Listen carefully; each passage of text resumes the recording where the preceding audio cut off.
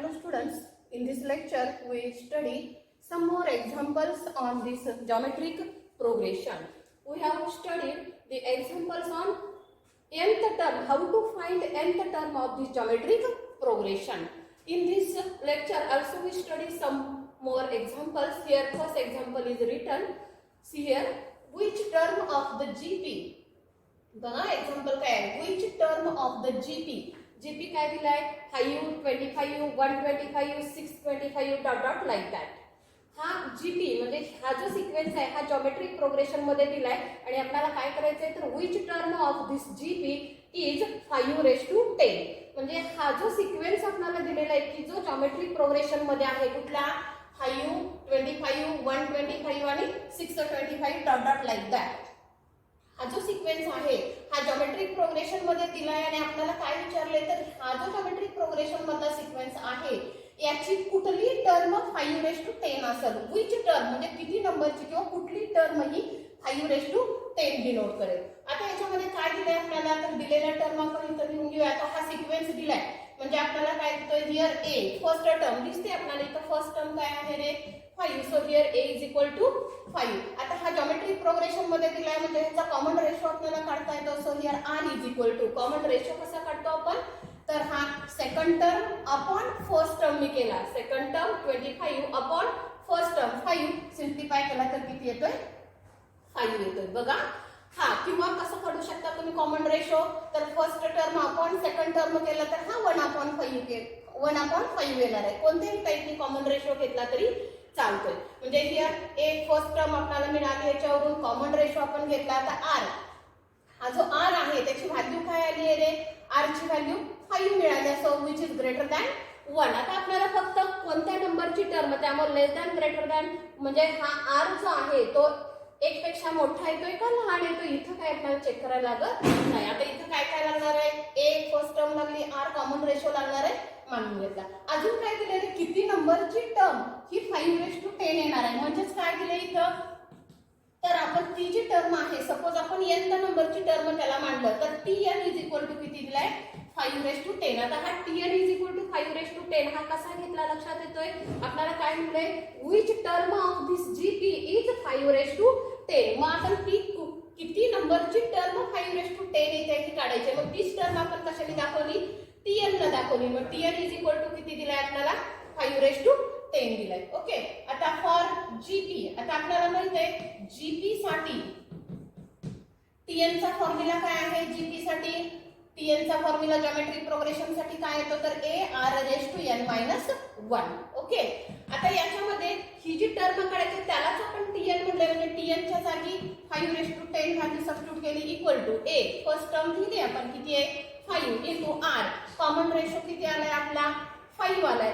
Raise to काय झाला हा n-1. आता हा जो n आहे तो आपल्याला म्हणजे किती नंबरची टर्म म्हणजे n जो आहे तो फाइंड आउट करायचा आहे. आता हे कसं सिम्प्लिफाय करता येईल रे हा 5⁻10 आहे तसाच ठेवला.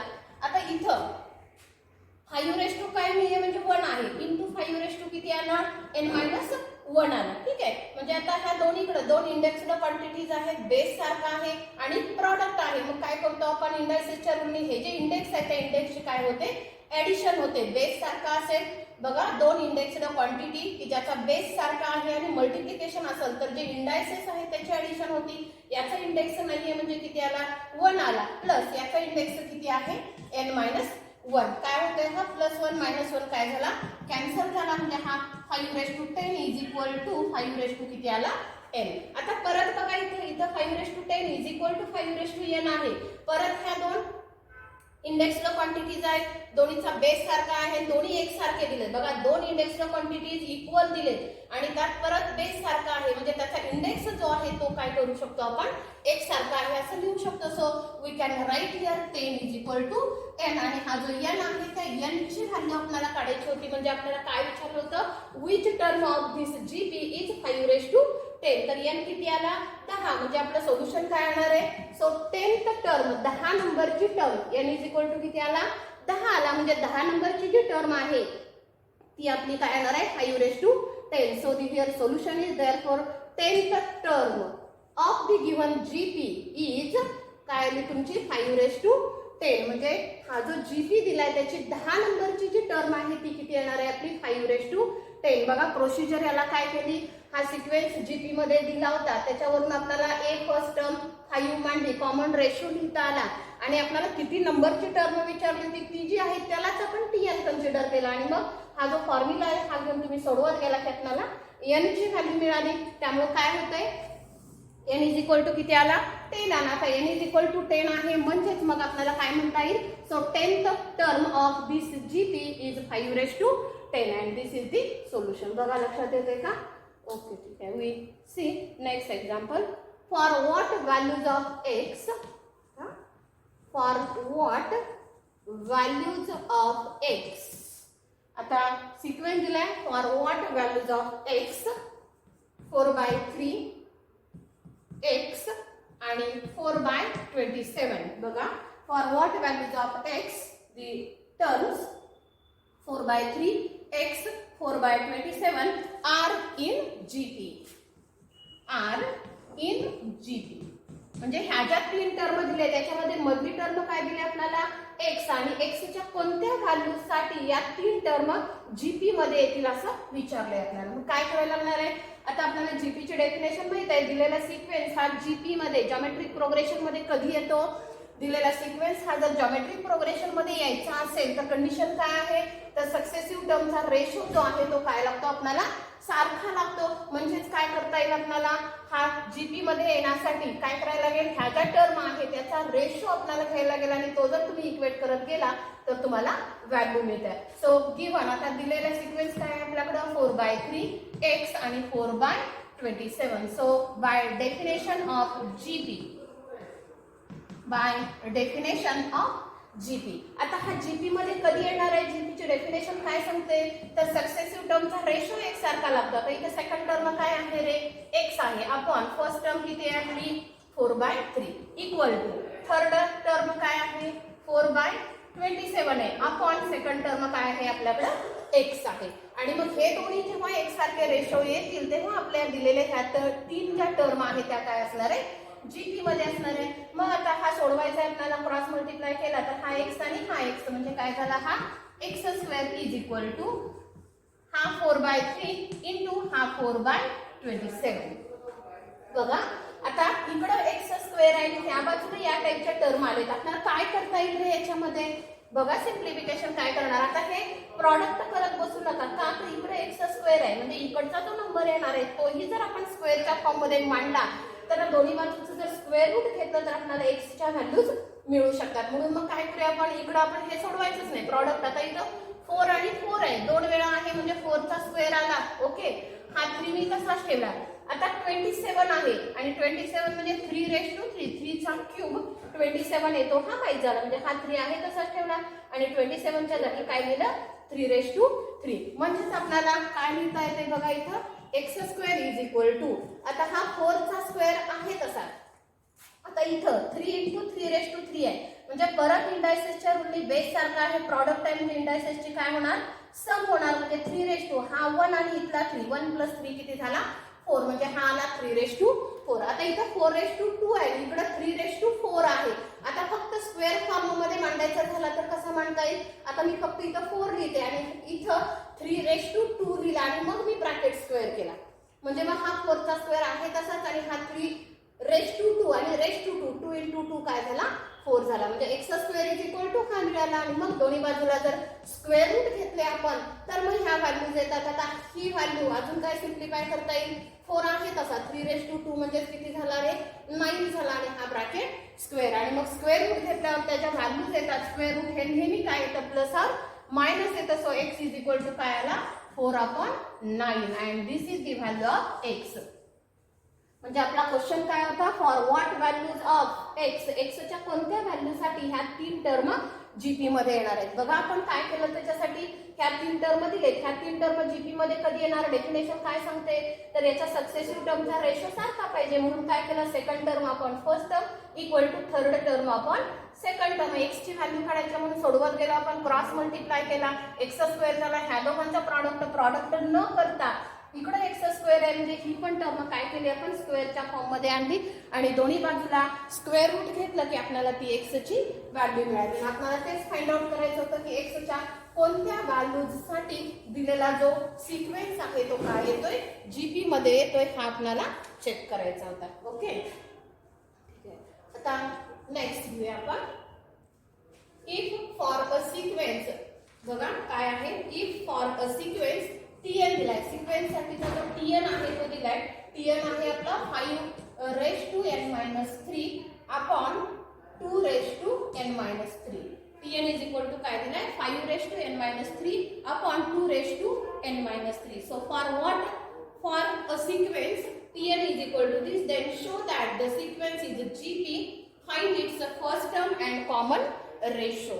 एक्झाम्पल काय आहे तर एका सिक्वेन्स साठी Tn ची व्हॅल्यू दिली आहे आणि हा जो आहे हा सिक्वेन्स जीपी मध्ये येतोय ते दाखवायचे आणि फर्स्ट टर्म आणि कॉमन रेशो काढायचा आहे. फर्स्ट टर्म काढायची म्हणजे ए फाइंड आउट करायचं आणि कॉमन रेशो काढायचं म्हणजे आर आपल्याला फाइंड आउट करायचंय. बघा काय करता येईल टीएन दिलाय आणि मग तो आपल्याला काय दाखवायचा आहे जीपी मध्ये येतोय हे दाखवायचंय.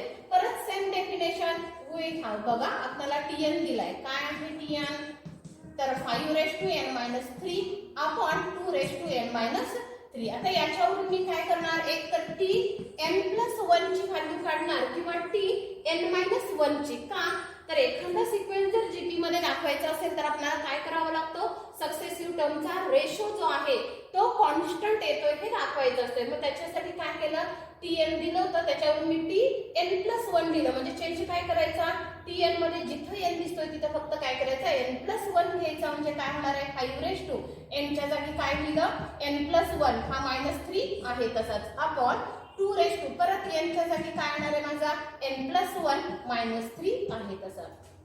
म्हणजे काय होतंय हा एन मी आहे तसा ठेवला हा +1 -3 +1 -3 म्हणजे किती झाला हा -2 अपॉन 2 एन आहे तसा हा परत +1 आणि परत हा -3 येतो म्हणजे हाही किती झाला -2 म्हणजे टी एन प्लस 1 ची व्हॅल्यू ही मिळाली. आता आपल्याला जीपी साठी काय करायचं तर रेशो कॉन्स्टंट येतो हे दाखवायचं. मग त्याच्यासाठी मी काय कन्सिडर करणार तर TN plus 1 upon TN consider करायचा. ठीक आहे. आता टीएन प्लस 1 किती आहे तर 5 अपॉन 2 अपॉन टीएन ची व्हॅल्यू किती आहे आपल्याकडं 5 अपॉन 2 आणि मग आता हे फक्त आपल्याला सिम्प्लिफाय करायचं. आता कसं सिम्प्लिफाय करणार रे आता डिनॉमिनेटरला आहे हा आता न्यूमरेटरला नेला पाहिजे. So we get this at आता न्यूमरेटर आहे तसाच ठेवूया. काय आहे 5 अपॉन 2 आपली 5 अपॉन 2 इंटू आता हा जो डिनॉमिनेटरची टर्म आहे ही न्यूमरेटरला लिहायची म्हणजे हे दोन इंटरचेंज होतात म्हणजे काय झाला हा 2 अपॉन 5 आता सिम्प्लिफिकेशन कसं करणार याचं तर काय करूया आपण 5 ची टर्म इथे आहे डिनॉमिनेटरला पण 5 आहे. इंडेक्सला क्वांटिटीज आहेत बेस सारखा आहे. डिव्हिजन असेल तर इंडायसेसचं काय होतं सबट्रॅक्शन होतं. मग याचा इंडेक्स किती आहे n-2 मायनस याचा इंडेक्स आहे आपला n-3.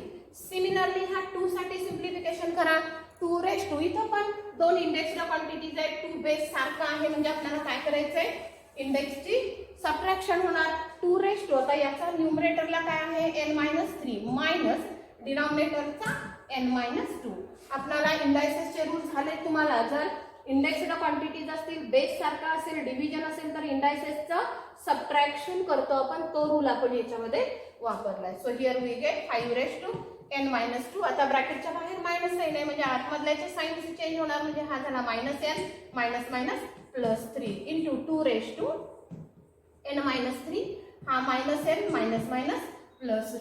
म्हणजे आता काय टर्म येत आहेत बघा इथं -n आणि हा +n एकमेकांना कॅन्सल झाला 5 -2 आहे म्हणजे 5 झाला 2 इथं पण +n आणि -n कॅन्सल होतोय -3 2 म्हणजे किती झाला -1 म्हणजेच आपल्याला 5 आणि हा निगेटिव्ह इंडेक्स आहे डिनॉमिनेटरला घेतला तर काय होणार आहे पॉझिटिव्ह. आता 5 अपॉन 2 म्हणजेच काय येतोय 5/2. आता ही व्हॅल्यू आपण कशाची काढले बघा ही जी व्हॅल्यू मिळाली आपल्याला, आपण काय फाइंड आउट केलंय, Tn+1 अपॉन Tn हा किती आला 5/2 आणि मग हा जो रेशो आहे तो कॉन्स्टंट आला. बघा एखाद्या सिक्वेन्सचा Tn तुम्हाला दिला असेल आणि तो जीपी आहे हे जर चेक करायचं असेल तर काय करायचं, तर जो रेशो येतो तो रेशो जर कॉन्स्टंट आला तर दिलेला सिक्वेन्स काय असतो, जीपी मध्ये असतो. त्यासाठी आपण काय केलं, Tn दिलं होतं ते मांडून घेतलं, त्याच्यावरून Tn+1 लिहिलं आणि मग आपण रेशो सिम्प्लिफाय करत गेलो आणि रेशोची व्हॅल्यू आपल्याला काय मिळते 5/2 which is constant. ही काय आहे, कॉन्स्टंट आहे. So the given sequence is GP. So therefore the given sequence is GP. हा रेशो जो आहे हा रेशो जर कॉन्स्टंट आला तर तुमचा दिलेला सिक्वेन्स हा काय येतो, जीपी म्हणजे जॉमेट्रिक प्रोग्रेशन मध्ये येतो. एक पार्ट जो आहे एक्झाम्पलचा तो कंप्लीट केला. काय तर असा सिक्वेन्स की ज्याचा Tn दिला होता हा आणि तो जीपी येतोय हे दाखवायचं होतं. अजून याच्यामध्ये काय करायचं आपल्याला, फर्स्ट टर्म काढायचे आणि कॉमन रेशो काढायचा. आता हा जो रेशो आला 5/2 ही जी व्हॅल्यू आली, this is nothing but our common ratio. So here common ratio R is equal to मिळाला आपल्याला किती आला 5/2. आता आपल्याला फर्स्ट टर्म काढायचे. फर्स्ट टर्म कशी काढणार, बघा आपल्याला दिलंय काय, Tn दिलंय. आता Tn दिलंय म्हणजे त्याच्यावरून T1 काढता येईल आपल्याला. Tn आपला काय आहे 5n-3 upon 2n-3. So from that we can find T1. n जिथं दिसतोय तिथे 1 व्हॅल्यू टाका म्हणजे काय होणार आहे 5n-3 अपॉन 2n-3. म्हणजेच किती झाला हा 5n-3 म्हणजे हा -2 आहे आणि हा 2 पण किती झाला -2. So we can write here. आता निगेटिव्ह इंडेक्स आहे त्यांच्या जागा जर इंटरचेंज केला तर हे पॉझिटिव्ह मध्ये कन्वर्ट होत आहे. म्हणजे आपल्याला ह्याच्यासाठी काय घेता येईल, आता हा निगेटिव्ह हा न्यूमरेटरला घेतला की पॉझिटिव्ह झाला म्हणजे 2 आणि हा न्यूमरेटरचा डिनॉमिनेटरला घ्यायचा म्हणजे 2 किती आला 4 आणि हा 5 आहे म्हणजे किती झाला 25. This is the value of T1. आता T1 म्हणजे फर्स्ट टर्म आणि ती आपण नोटेशन त्याच्यासाठी वापरतो आपण A. So here first term is 4/25. बघा एक्झाम्पल आपल्याला काय होतं, Tn दिला होता, जीपी दाखवायचा होता, दाखवला. त्याच्यानंतर कॉमन रेशो काढायचा होता, ही जी व्हॅल्यू होती दिस इज आवर कॉमन रेशो, हा आर मिळाला आणि आपल्याला फर्स्ट टर्म काढायची होती. मग Tn जो तुम्हाला दिला होता त्या Tn मध्ये n च्या जागी काय दिलं 1 सबस्टिट्यूट केलं की T1 मिळते आणि T1 म्हणजेच काय आहे आपली फर्स्ट टर्म आहे and this is the final solution. Okay, now we see another example here.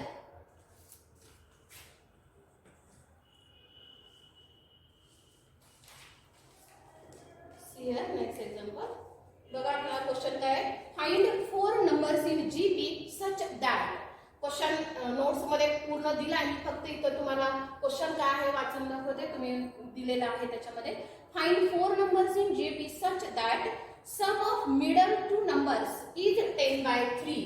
बघा काय दिलंय आपल्याला, sum of middle two numbers is 10/3 and their product is 1 and their product is 1. बघा क्वेश्चन काय आहे आपल्याला, काय म्हटलंय फाइंड 4 टर्म्स इन जीपी.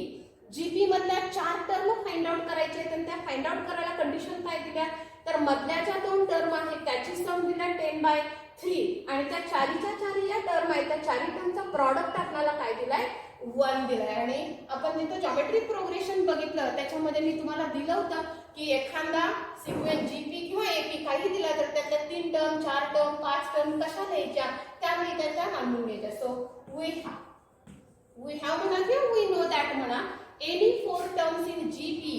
बघा any 4 terms in GP can be written as. आता जीपी मधल्या 4 टर्म आपण जनरली कशा लिहितो, नोट मध्ये आपण दिलेले आहेत त्या माहित असल्या पाहिजे, त्या एक्झाम्पल मध्ये दिल्या जात नाही. So any 4 terms in GP can be written as a/r³, a/r, a into r आणि a into r³. ह्या जनरल 4 टर्म झाल्या आणि मग ह्या टर्म फाइंड आउट करायसाठी तुम्हाला काय करायला पाहिजे, a आणि r च्या व्हॅल्यूज काढायला पाहिजेत आणि त्या काढायसाठी आपल्याला ह्या कंडिशन्स दिल्या. आता पहिली कंडिशन काय दिली आहे तुम्हाला, पहिली कंडिशन काय म्हणले, the sum of middle two numbers, मधल्या 2 नंबरची सम दिली. बघा as the sum of middle two numbers is 10/3.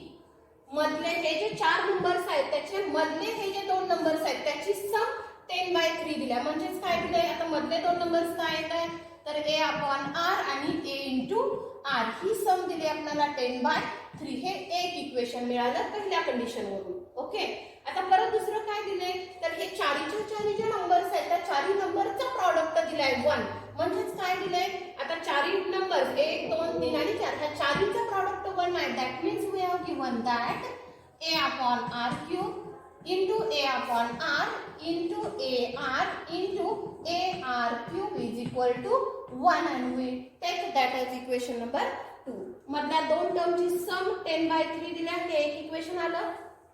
परत हे चारी जे नंबर्स आहेत हे चारी नंबरचा प्रॉडक्ट 1 दिलाय, हे सेकंड इक्वेशन मिळालं. आता ही जी दोन इक्वेशन्स आहेत ही दोन इक्वेशन सॉल्व्ह करायची आणि मग आपल्याला a आणि r च्या व्हॅल्यूज फाइंड आउट करायचे आहेत. ऍक्च्युअली त्या व्हॅल्यूज नको आहेत आपल्याला, हे नंबर्स पाहिजे, पण हे नंबर काढायसाठी आपल्याला या व्हॅल्यूज फाइंड आउट करावे लागतात. आता इथं काय होतंय बघा, प्रॉडक्ट मध्ये हा न्यूमरेटरचा r आणि हा डिनॉमिनेटरचा r कॅन्सल झाला. सिमिलरली हा r³ आणि इथला r³ कॅन्सल होतोय. म्हणजे राहिला काय तर हा a into a into a into a 4 वेळा आहे. म्हणजे आपण काय लिहू शकतो त्याला a⁴ इज इक्वल टू किती दिलाय आपल्याला 1 दिलाय. म्हणजे a⁴ इज इक्वल टू 1. आता परत दोन्ही बाजूला स्क्वेअर रूट घेतला तर काय होणार आहे तर a² is equal two plus or minus 1.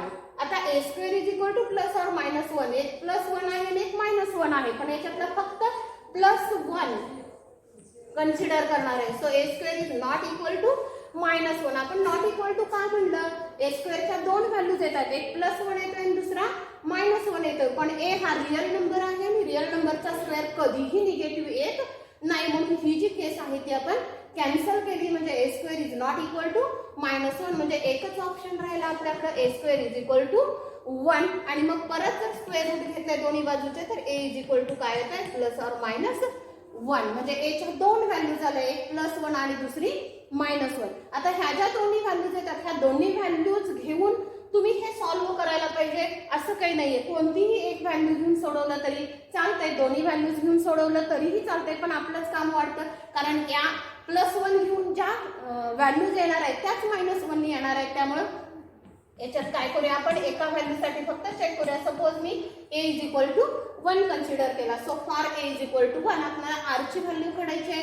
म्हणजे काय करणार आता, for a is equal to 1 equation number 1 मध्ये मी a ची व्हॅल्यू 1 टाकली तर काय मिळते मला, a च्या जागी 1 म्हणजे 1/r plus 1 into r is equal to 10/3. आणि मग हे जे इक्वेशन येते हे सोडवून आपल्याला काय करायचंय, r ची व्हॅल्यू काढायची आहे. मग काय करूया आपण, 1/r प्लस r आला म्हणजे काय होतोय, हा 1 प्लस r इंटू r काय झाला r². हा 1 plus r² is equal to 10/3.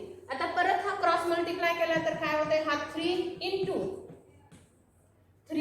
1 plus r² is equal to हा 10 into r. That means we have here 3 ने मल्टिप्लाय केला तर 3 प्लस 3r². आता हा ठीक आहे, नेक्स्ट स्टेपला आपण घेऊया. आता इथे करूया, हा 3r² आहे तसा ठेवला, ही टर्म इकडे घेतली तर -10r. हा प्लस 3 इज इक्वल टू 0. म्हणजे हे जे इक्वेशन येते हे काय येते, दिस इज क्वाड्रॅटिक इन r मध्ये क्वाड्रॅटिक आला. तर ह्याचे फॅक्टर्स आपल्याला माहित आहेत. फॅक्टर्स कसे घेतो, r² चा कोएफिशिएंट किती आहे 3, कॉन्स्टंट टर्म किती आहे 3. सो 3 इंटू 3 प्रॉडक्ट किती झाला 9. आता हा जो 9 आहे त्याचे दोन पार्ट या टाइपने घ्यायचे की प्रॉडक्ट एवढा आला पाहिजे आणि ऍड केला तर -10. आता 9 आहे आणि ऍड करून 10 यायला पाहिजे. ऑब्व्हियसली आपल्याला दोनच फॅक्टर पॉसिबल आहेत, एक 9 आणि दुसरा 1. आता फक्त 9 आणि 1 घेतला तर हा प्रॉडक्ट 9 येतोय, पण ऍड केला तर -10 येत नाही. म्हणून याला पण मायनस साइन दिले आणि यालाही मायनस, म्हणजे हा -9 -1 -10 होतोय आणि प्रॉडक्ट +9 आला. Okay, so 3r² -9r -r plus 3 is equal to 0. आता माहिती आहे आपण दोन दोनचं ग्रुपिंग करून सोडवतो. ह्या दोघांमध्ये कॉमन काय निघतोय, 3 आणि r कॉमन येतोय. आता 3 आणि r कॉमन घेतला तर याच्यातला काय राहिला, एक r राहिला मायनस हा 3. आता ह्या दोघांमधलं मायनस साइन मी फक्त कॉमन घेते म्हणजे हा आला r 3 म्हणजे हा r मायनस 3 फॅक्टर ह्या दोघांमधनं कॉमन घेतला तर इथला राहतोय 3r आणि इथं राहिला -1 इज इक्वल टू 0 म्हणजे एकतर r minus 3 is equal to 0 असणार आहे और 3r minus 1 is equal to 0 that means from that r is equal to 3 येईल और r इज इक्वल टू 1/3 का तर 3r इज इक्वल टू काय होणार 1 आणि 3 इकडे घेतलं की r इज इक्वल टू 1/3 आता a च्या जशा दोन व्हॅल्यू झाल्या तशा r च्या पण दोन व्हॅल्यू झाल्या आता परत ह्या दोन व्हॅल्यूज साठी कॅल्क्युलेशन करायची गरज नाही आता मी याच्यात a इज इक्वल टू +1 घेतलाय सपोज मी r इज इक्वल टू 1/3 तुम्ही 3 घेतला तरी चालतो दोन्हीपैकी कुठलीही एकच व्हॅल्यू घ्यायची इथं मी a इज इक्वल टू 1 घेतला होता आणि r घेताना मी 1/3 घेतला मग आता ह्या a आणि r च्या व्हॅल्यूजला हे आपल्याला नंबर्स फाइंड आउट करायचे याच्या व्हॅल्यूज काय येतील व्हॅल्यूज आता बघा so a upon r cube काय होणार a ची व्हॅल्यू आहे 1 अपॉन r किती आहे आपला 1 अपॉन 3 त्याचा क्यूब आता हा डिनॉमिनेटरला आहे हा न्यूमरेटरला घेतला की काय होणार आहे 3 दॅट इज 27 परत दुसरी व्हॅल्यू a अपॉन r काय होणार आहे 1 अपॉन r परत आहे 1 अपॉन 3 हा न्यूमरेटरला घेतला की परत 3 झाला पुढं a इंटू r आहे a आहे 1 r आहे 1/3 म्हणजे हा आला 1/3 आणि लास्ट आहे a r क्यूब म्हणजे 1 इंटू 1 अपॉन 3 ब्रॅकेट क्यूब म्हणजे हा आला 1 अपॉन 3 म्हणजे किती येतोय 27 and see these are the 3 numbers which are in GP आपल्याला जे 4 नंबर्स काढायचे होते so the required 4 numbers in GP आता जीपी मधले 4 नंबर्स काय आले देयरफॉर दी